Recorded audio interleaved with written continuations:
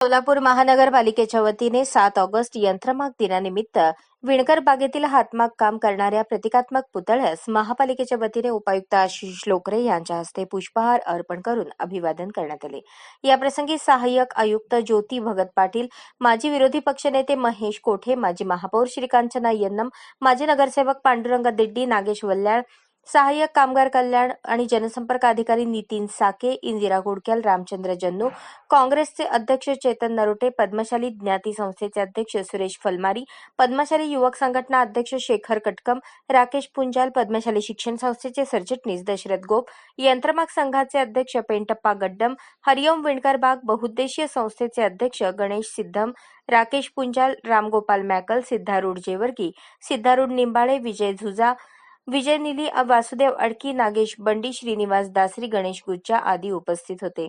या दिनाचे औचित्य साधून काही विणकर बांधवांचा आणि विणकर क्षेत्रात प्रावीण्य मिळवलेल्यांचा सत्कार करण्यात आला।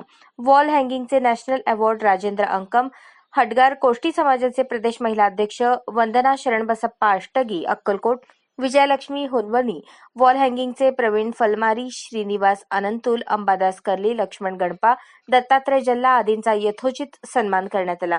यावेळी मनपाचे उपायुक्त आशिष लोकरे यांनी आपल्या मनोगतात विणकर समाजाप्रती अनेक योजनांची माहिती सांगितली। स्वातंत्र्य लढ्यातील स्वदेशी चळवळ या दिवशी झाली त्याची उदाहरणे देऊन हातमाग व्यवसाय अत्यंत गरजेचा असल्याचे सांगितले। हातमाग व्यवसायाचे बापू गेनू यांनी विणकर समाजाची चळवळ सुरू केली। पुढील वर्षी विणकर सप्ताह करण्यासाठी आपण प्रयत्न करू असे आश्वासन दिले। यावेळी महेश कोठे, नरसय्या आडम मास्तर यांनी विणकर समाजाला शुभेच्छा दिल्या।